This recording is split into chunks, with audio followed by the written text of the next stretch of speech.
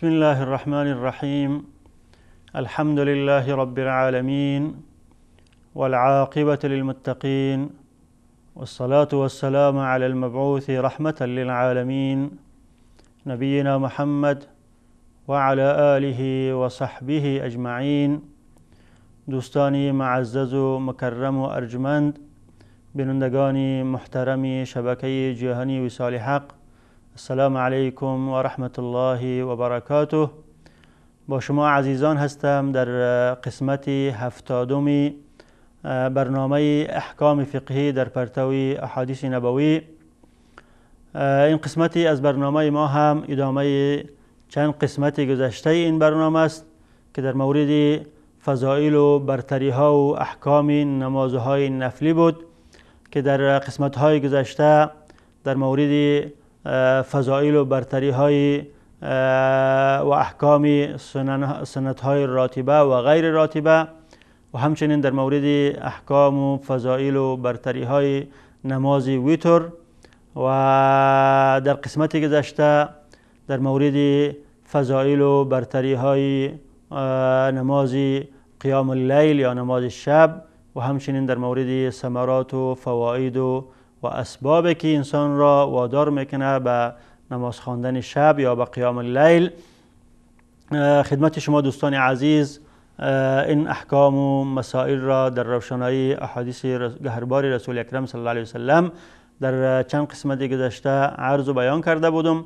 و این قسمت برنامه ما هم به ادامه قسمت های گذشته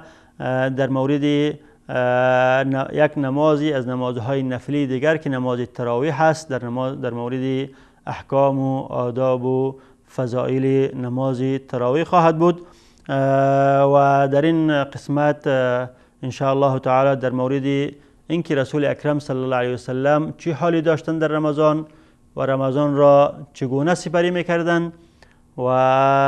در رمضان چقدر اجتهادشان در عبادت زیاد میشد و بعد از او در مورد احادیثی که از رسول اکرم صلی الله علیه وسلم در ترغیب نماز خواندن در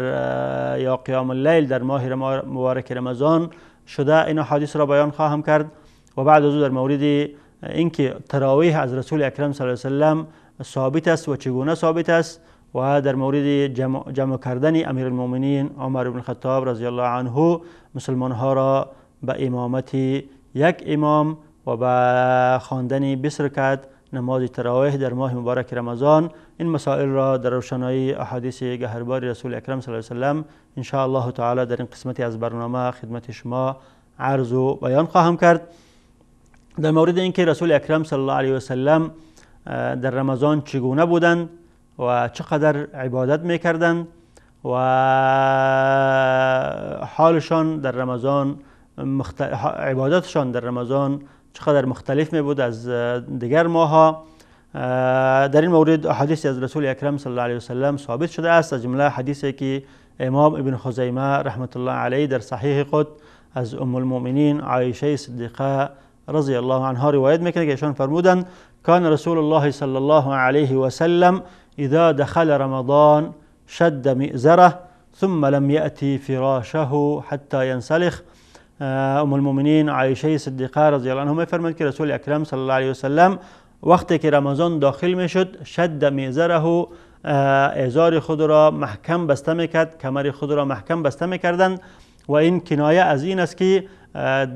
زیاد کوشش میکردند در عبادت، چون وقتی که انسان در کردن یک کار کوشش میکند کمر خود را محکم بسته میکند تا که سستی بر از او پیش نشود و همچنین کنایه از این است که رسول اکرم صلی الله علیه وسلم به خاطر که شبهای رمضان را در عبادت سپری میکردند ازار خود را محکم بسته به این معنا که به اهل خود پیش نمیشدند، تمام شبهای رمضان را به عبادت سپری میکردند. ثم لم یأتی فراشه حتی ینسلخ، از اولی که رمضان داخل میشد تا که رمضان سپری میشه تا که رمضان میگذره به فراش خود رسول اکرم صلی الله علیه وسلم نزدیک نمیشدند، به جای خواب خود نزدیک نمیشدند، تمام شبهای این ماه مبارک رمضان را در عبادت میگذرانیدند. و همچنین امام بیسونی در کتاب شعب الایمان و امام بیهقی در کتاب خود به نام شعب الایمان از ام المؤمنین عایشه صدیقه رضی الله عنها روایت میکنند که ایشان فرمودند کان رسول الله صلی الله علیه و سلم اذا دخل رمضان تغیر لونه و کثرت صلاته و ابتهل بالدعاء. از ام المؤمنین عایشه صدیقه از حالت رسول اکرم صلی الله علیه و بیان میکنه. ام المؤمنین عایشه صدیقه یک مدرسه مستقل بودن در مابین صحابه کرام که هر عادات و هر افعالی که رسول اکرم صلی الله علیه و در داخل خانه خود انجام میدادند، تمام این افعال را و تمام این کردارها را ام المؤمنین عایشه صدیقه به ما نقل کردند. و از جمله این عادات و افعالی که رسول اکرم صلی الله علیه و سلم در ماه مبارک رمضان داشتند، این همه را عایشه صدیقه رضی الله عنها به ما نقل میکنن. میگن که رسول اکرم صلی الله علیه و سلم وقتی که رمضان داخل میشد تغیر لونه، رنگ مبارک رسول اکرم صلی الله علیه و تغییر میکرد. از اینکه زیاد جد و جهد در عبادت میکردن، زیاد کوشش در عبادت میکردن، خود را اینقدر مانده میساختن، اینقدر جد و جهد میکردن که رنگ مبارکشان تغییر میشد، چون روز در روزه بودن و شب هم در عبادت سپری میکردن و اینقدر جد و جهد میکرد که رنگ مبارکشان تغییر میکرد. و کثرت صلاته، و نمازشان بیشتر میشد از دیگر ماها کرده. در این ماه نمازی بیشتری انجام میدادن، چی در شب و چی در روز. و ابتهل فی الدعاء، و در دعا کردن زیاد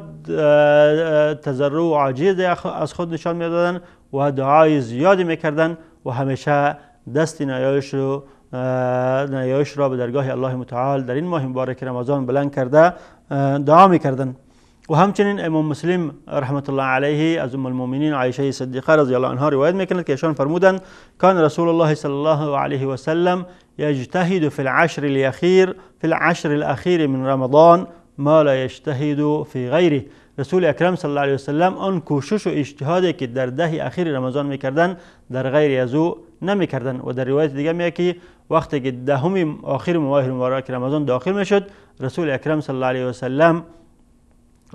ازار خود را یا کمر خود را محکم بسته میکردن و شب خود را زنده می داشتن، یعنی در عبادت خدا شب زنده داری میکردن و اهل و فامیل و زوجات مطهرات خود را هم بیدار میکردن که این ده مبارک، این ده اخیر را زنده بدارند و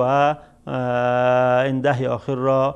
خواب نشوند و درگاه الله متعال در دعا و نیایش و خواندن قرآن کریم و نماز سپری کنند. و رسول اکرم صلی الله علیه و سلم همچنانی که در حدیث در قسمتی گذشته خدمت شما بیان کردم، در حدیث متفق علیه که ام المؤمنین عایشه صدیقه رضی الله عنها فرمودند که رسول اکرم صلی الله علیه و سلم در رمضان و در غیر رمضان از 11 رکعت بیشتر نمیخواندند، لیکن قیامشان در رمضان طولانی می بود، به شکلی که این 11 رکعت را تقریبا اکثر حصه شب را یا کل شب را در بر می گرفت. قیامی طولانی میکردن که رسول حتی که پاهای مبارکشان ورم میکرد. و در احادیث دیگری رسول اکرم صلی الله علیه و سلم امت خود را و صحابه کرام را ترغیب و تشویق کردند به خاطر قیام رمضان که نماز تراویح از او جمله است که شامل قیام رمضان است. از آن جمله حدیث متفق علیه است که از صحابی جلیل القدر حضرت ابو هریره رضی الله عنه روایت شده است که ایشان فرمودند کان رسول الله صلی الله علیه و سلم یرغب فی قیام رمضان من غیر ان یأمر فیه بعزیمة. رسول اکرم صلی الله علیه و سلم ما صحابه کرام را به خاطر قیام رمضان ترغیب میکردند، ما را ترغیب میکردند که شبهای رمضان را زنده بداریم و قیام اللیل کنیم در ماه مبارک رمضان، لیکن امر نمیکردند به این کار. امر چون وقتی که امر میکردن این الزامی میشد، واجب میشد. امر نمیکردن، فقط ترغیب میکردن و میگفتن که من قام رمضان ایمانا و احتسابا غفر له ما تقدم من ذنبه. کسی که شبهای رمضان را قیام میکند در حالی که او ایمان دارد به الله متعال و به رسولش و به این احکام شریعت اسلامی ایمان دارد و احتسابا و به خاطر طلب اجر و ثواب این کار را میکند، غفر له ما تقدم من ذنبه، الله متعال گناهایی که او کرده همه گناههای از او را میبخشد.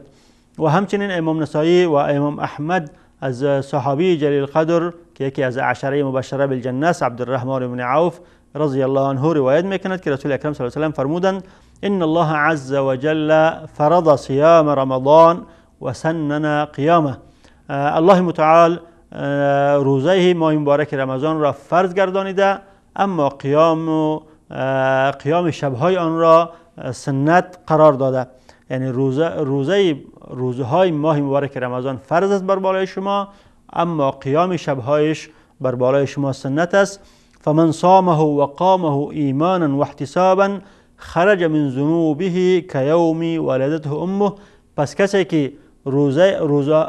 روزهای ماه مبارک رمضان روزه میگیرد و شبهای آن را قیام میکند، در عبادت سپری میکند، خرج من ذنوبه کیوم ولدته امه، از گناهایش بیرون میشود مانند روزی که او را مادرش به دنیا آورده. یعنی وقتی که انسان را مادرش به دنیا میآورد طفل خرد می باشد، هیچ گناهی نمی داشته باشد و این شخص که رمضان را درک کرده، شخص مسلمانی که رمضان را درک کرده، روزهای آن را روزه گرفته و شبهای آن را به قیام سپری کرده، مانند طفل می گردد که نو از مادر پیدا شده بدون گناه. و امام نووی در ذیل این حدیث و در ذیل حدیث سابق که امام مسلم روایت کرد میگه که این قیام رمضان یحصل بصلاة التراویح. تشویقی که در این احادیث به خاطر قیام رمضان آمده، اگر کسی که نماز تراویح را انجام میدهد شامل این فضیلت میگردد و این فضیلتی که درباره قیام رمضان آمده از رسول اکرم صلی الله علیه و سلم شامل حالی از او شخص میگردد. و همچنین میگه که اتفق العلماء علی استحبابها، همه علما اتفاق دارن که خواندن نماز تراویح در ماه مبارک رمضان مستحب است و میگه که قیامش با جماعت و افضل است در نزد جمهور علما، چون خلیفه مسلمان ها عمر بن الخطاب مسلمان ها را و صحابه کرام را جمع کرد و نماز جماعت را صحابه کرام به جماعت انجام دادند و این کار استمرار پیدا کرد در بین مسلمان ها و مخالفت با او نبود. لذا همه علما اتفاق نظر دارند که این امر مستحبی است و کسی که این امر را انجام میدهد، یعنی نماز تراویح را با جماعت یا با انفرادی میخواند، احادیثی که در فضیلت قیام رمضان آمده این احادیث شامل حال این شخص میگردد. و همچنین از جمله فضایلی که درباره قیام رمضان آمده حدیث است که اصحاب سنن امام ترمذی و امام نسائی و ابو داود و ابن ماجه و همچنین امام احمد از حضرت ابو ذر غفاری رضی الله عنه روایت میکنه که رسول اکرم صلی الله علیه و سلم فرمودند من قام مع الامام حتی ینصرف کتب له قیام لیلته. کسی که در ماه مبارک رمضان با امام قیام میکند تا که امام سلام بگرداند، یعنی چقدر که امام نماز میخواند او هم با او نماز میخواند. اگر بعد از نماز خفتن نماز تراویح را امام 8 رکعت میخواند او هم 8 رکعت، اگر 10 رکعت میخواند او هم 10 رکعت، اگر 20 رکعت میخواند او هم 20 رکعت با امام یک جایی نماز میخواند. کتب له قیام لیلته، بر از او قیام آن شب نوشته شده، مثل اینکه آن شب را همه را در عبادت و در نیایش و در قیام اللیل گذرانیده باشد. و در بعضی روایت ها این حدیث طولانی میگه که حضرت ابوذر غفاری میگه که ما یکی از شبها پشت رسول اکرم صلی الله علیه و سلم نماز تراویح را در نماز خواندیم، یعنی در ماه مبارک رمضان، و رسول اکرم صلی الله علیه و سلم تا ثلث شب با ما نماز را ادامه دادن و شب دیگری نآمدن و بعد از او شب بعدیش تا پنجم حصه شب و یکی از شبها تا ششم حصه شب. و صحابه کرام از رسول اکرم صلی الله علیه و سلم خواستند و گفتند که یا رسول الله لو نفلت بقیت لیلتنا هذه، اگر تو شب را مکمل با ما نماز بخوانی، یعنی شب را مکمل نفل بخوانی و ما از پشت اقتدا بکنیم. رسول اکرم صلی الله علیه و سلم در جواب فرمودند که من قام مع الامام حتی ینصرف کتب له قیام لیلته. کسی که با امام استاد میشد تا که امام نماز خود را خاتمه میدهد، سلام میدهد، مثل از اینکه همه شب را زنده داشته باشد و همه شب نماز خوانده باشد. خداوند متعال این فضیلت و برتری را هم نصیب ما و شما بگرداند. و بعد از دیدن یک میانه برنامه کوتاه دوباره خدمت شما دوستان عزیز هستم با بیان نماز تراویح از فعل رسول اکرم صلی الله علیه و سلم و از فعل خلیفه مسلمان ها امیر المؤمنین عمر بن الخطاب رضی الله عنه. با ما باشید. أليس الله بكاف عبده أليس الله بكاف عبده أليس الله بكاف عبده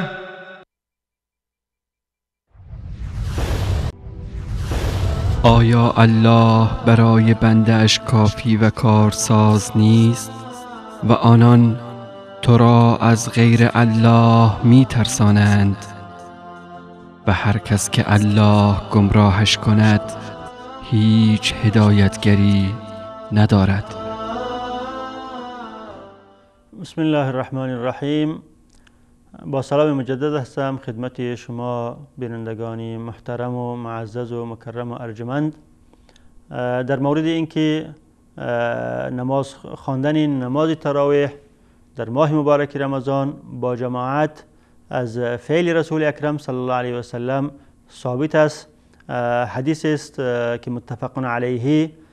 که امام بخاری و امام مسلم رحمت الله علیهما این حدیث را از ام المؤمنین عایشه صدیقه رضی الله عنها روایت میکنند که حضرت عایشه صدیقه رضی الله عنها فرمودند صلی النبی صلی الله علیه و سلم فی المسجد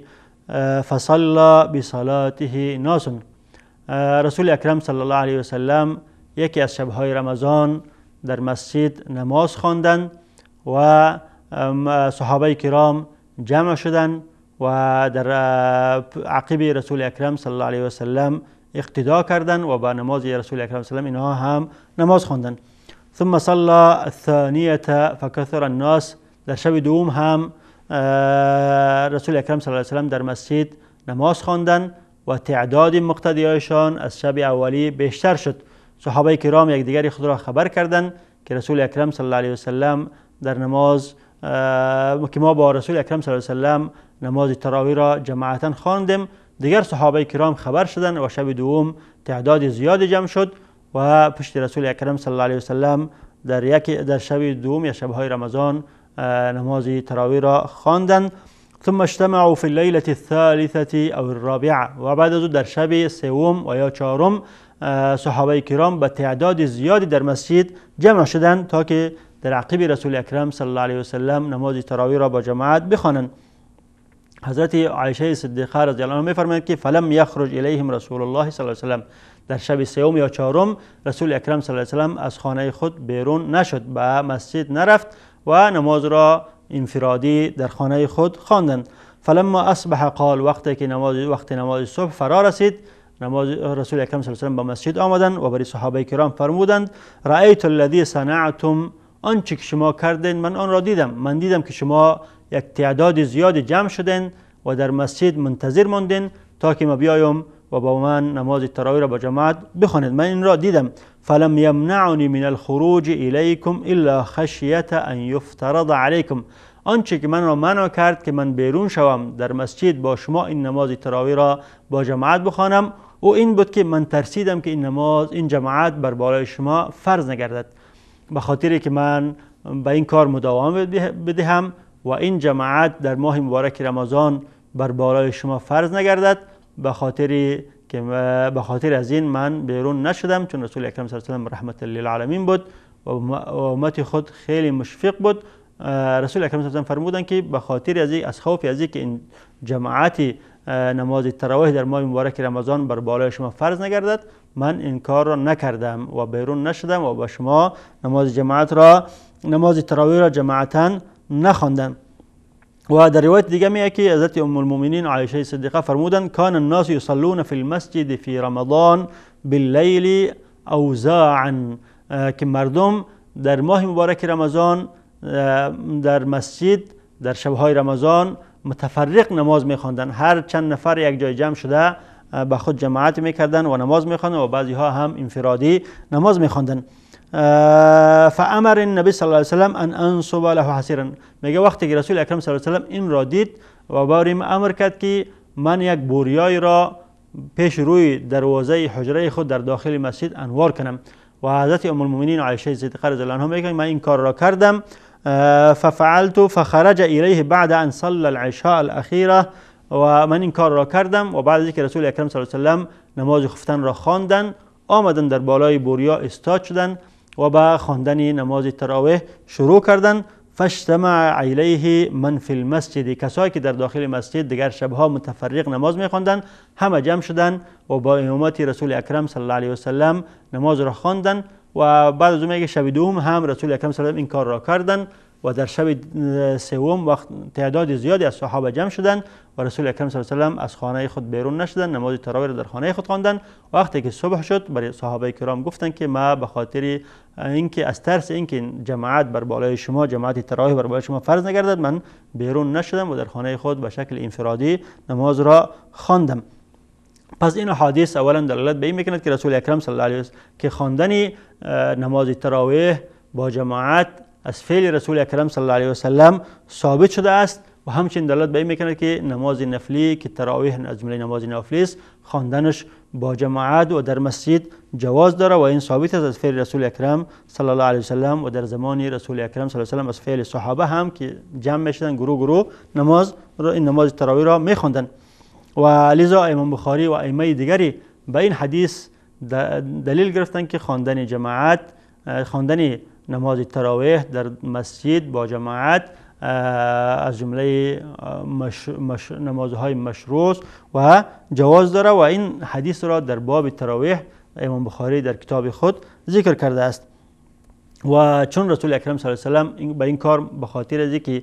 جماعت بر بالای مسلمان ها فرض نکرده مداوما نکردن و این خوف یا این ترس در زمان حضرت عمر از بین رفت، چون در وقت دیگه وحی نبود، احکام جدیدی نبود که چیزی فرض شود، این خوف از بین رفت و لذا حضرت عمر امیرالمؤمنین مردم را با جماعت یک امام جمع کردند. و در موردی که این کار از فعل عمر رضی الله عنه ثابت است، این هم در صحیح بخاری از وارد شده که عبدالرحمن بن عبدالقاری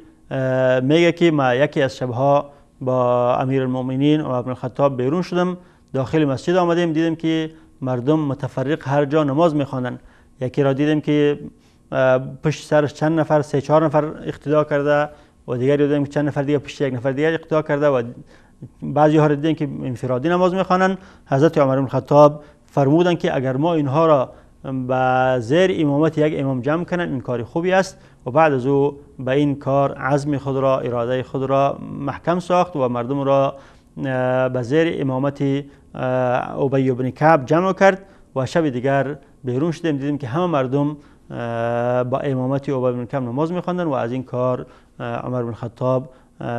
راضی شد و خوشحال شد و گفت که نعم البدعة هذه. و لفظ حدیث چنین است که عبدالرحمن بن عبدالقاری میگوید که خرجت مع عمر بن الخطاب فی رمضان الى المسجد، ما با عمر بن الخطاب یکی از شبهای رمضان بیرون شدیم و به مسجد رسول اکرم صلی الله علیه و داخل شدیم. فاذا الناس اوزاع متفرقون، دیدیم که مردم گروه متفرق هر جای نماز میخوانند. یصلی الرجل لنفسه، یک شخص را دیدیم که با خود انفرادی نماز میخواند و یصلی الرجل فیصلی بصلاته رهط، و دیدیم که یک شخص نماز میخواند و پشت از او یک گروه اقتدا کرده با امامت از او نماز میخوانند. فقال عمر انی ارى لو جمعت هؤلاء على قارئ واحد لكان امثل. حضرت عمر فرمودند که رأی ما این است که اگر اینها را زیر امامت یک قاری اگر جمع کنیم این کار بهتری خواهد بود. ثم عزم فجمعهم على ابی بن کعب، بعد از او اراده خود را محکم کرد و به این امر عزم کرد و مردم را زیر امامت ابی بن کعب جمع کرد. ثم خرجت معه لیلة اخرى، بعد از او شب دیگری با عمر بن الخطاب بیرون شدم و داخل مسجد شدیم و الناس یصلون بصلات قارئهم، دیدیم که همه مردم جمع شدن و با امامت یک قاری که ابی بن کعب بود نماز میخوانند. فقال عمر نعمت البدعة هذه، حضرت عمر فرمودند که چه خوب کاری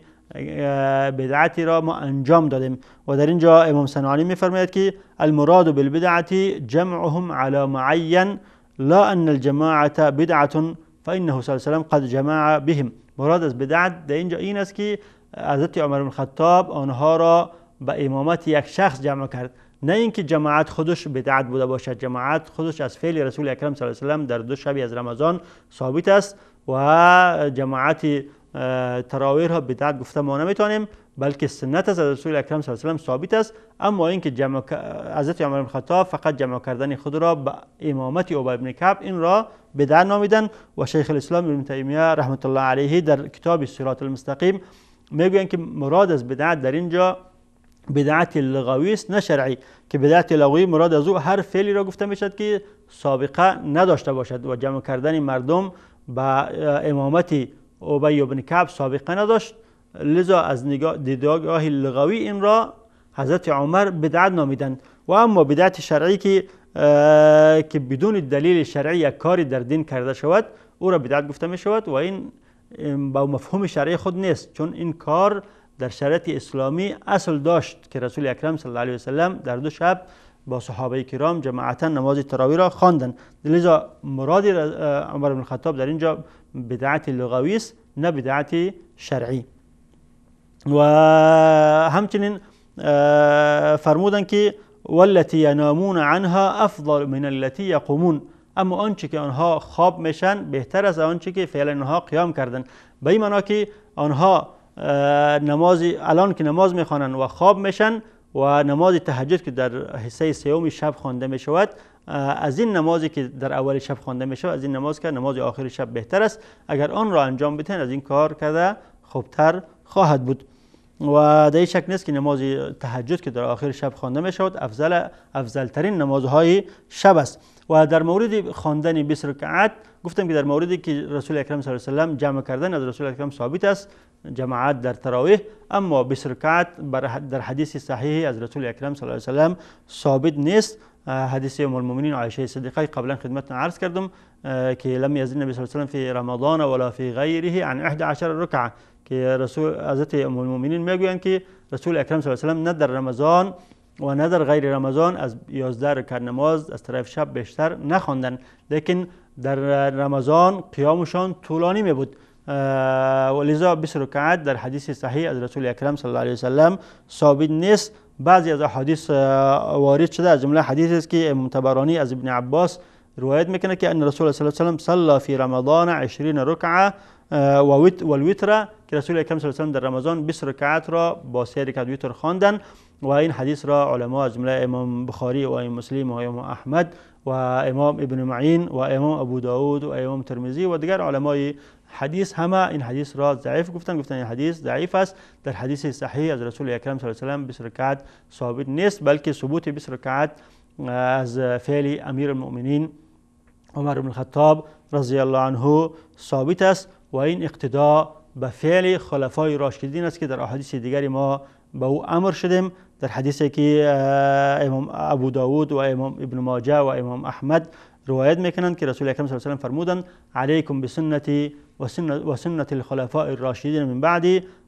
تمسكوا عليها وعضوا عليها تمسكوا بها وعضوا عليها بالنواجذ، شما خود را به سنت من و به سنت خلفای راشدین که بعد از من میآیند ملزم بگردانید که آنها حضرت ابوبکر و عمر و عثمان و علی هستند و به سنت من و به سنت اینها شما تمسک بجویید و آنها را به سنت من را و سنت اینها را محکم بگیرید و با آن عمل بکنید. و این فعل 20 رکعت چون از سنت خلیفه راشد عمر بن الخطاب ثابت است، لذا این را ما بدعت گفته نمیتونیم، بلکه یکی از جمله امور مسنونه است. لذا علما قولشون به این است که اگر شخصی 8 رکعت میخواند اما 8 رکعت را طولانی میکند، به شکل میخواند که زیادتر شب را در بر میگیرد، آن کار را بکند. اما اگر شخصی در قیام خود مختصر میکند، یعنی اختصار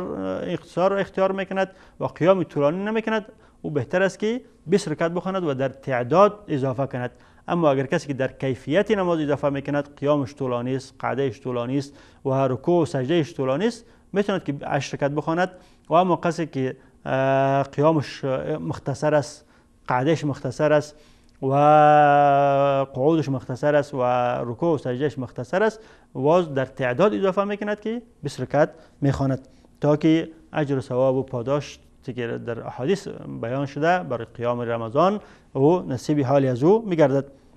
و همچنین در حدیث دیگر امام احمد و ابن ماجه و ابن حبان روایت میکنه که رسول اکرم صلی الله علیه و سلم به اقتدا به ابوبکر و عمر رضی الله عنهما امر کردن، گفتن که اقتدوا باللذین من بعد ابی بکر و عمر، با آن 2 شخصی که بعد از من هستند که ابوبکر و عمر است، شما با اونها اقتدا کنین. و خواندن 20 رکعت با جماعت در ماه مبارک رمضان این اقتدا با عمر بن الخطاب رضی الله عنه است که ما از طرف رسول اکرم صلی الله علیه و سلم به اقتدا به ایشان امر شدیم و خداوند متعال برای ما و شما همه توفیق عمل نصیب کند تا که تمسک بجوییم به سنت رسول اکرم صلی الله علیه و سلم و به سنت خلفای راشدین و در پیروی دائم از ایشان بوده باشیم در تمام کارهای دنیاوی و اخروی خود. و در اینجا وقتی برنامه ما به پایان میرسد و با تا دیدار آینده با شما خداحافظی میکنم و السلام علیکم و رحمت الله و برکاته.